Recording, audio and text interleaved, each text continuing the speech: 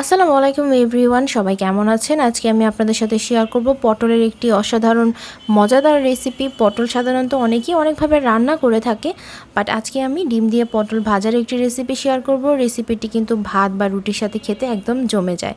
আমি খুবই সিম্পলভাবে তৈরি করেছি, আশা করছি আপনাদের ভালো লাগবে। সো রেসিপিটি তৈরি করার জন্য আমি প্রথমে এখানে পটল কুচি কুচি করে পাতলা পাতলা করে কেটে নিয়েছি।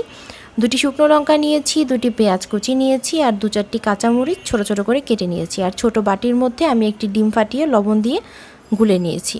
সো চলুন রেসিপিটি শুরু করা যাক। সো রেসিপিটি তৈরি করার জন্য আমি প্রথমেই কড়াই গরম করে তাতে পরিমাণ মতো তেল দিয়ে দিলাম। তেলের মধ্যে আমি পেঁয়াজ, কাঁচামরিচ আর শুকনো লঙ্কা 2টি দিয়ে দিলাম। এখন এই সব উপকরণগুলো আমি ভালোভাবে ভেজে নিব।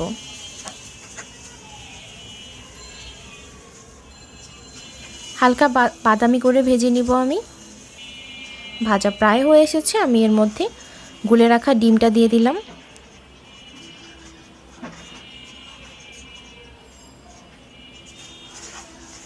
ডিমটা আমি এখন হালকা ঝুরি ঝুরি করে ভেজে নিব।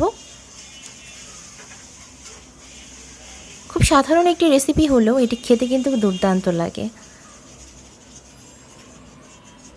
সো আমি এখন এর মধ্যে পটল কুচিগুলো দিয়ে দিচ্ছি। সামান্য পরিমাণে লবণ দিয়ে দিলাম,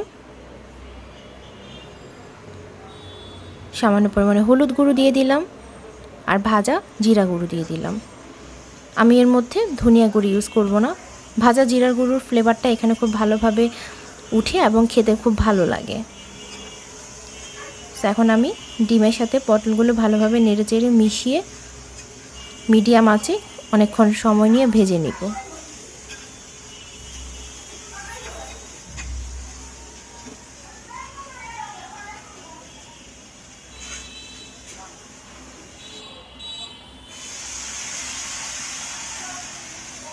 আমি এর মধ্যে সামান্য পরিমাণে পানি দিয়ে দিলাম পটলটা ভালোভাবে সিদ্ধ হওয়ার জন্য। চুলার আঁচটা অবশ্যই মিডিয়াম রাখতে হবে। বন্ধুরা, আমি কিছুক্ষণের জন্য ঢেকে দিয়েছিলাম। সো ঢাকনা খোলার পরে দেখুন পটলগুলো একদম সিদ্ধ হয়ে এসেছে এবং সুন্দর একটি কালারও কিন্তু এসেছে।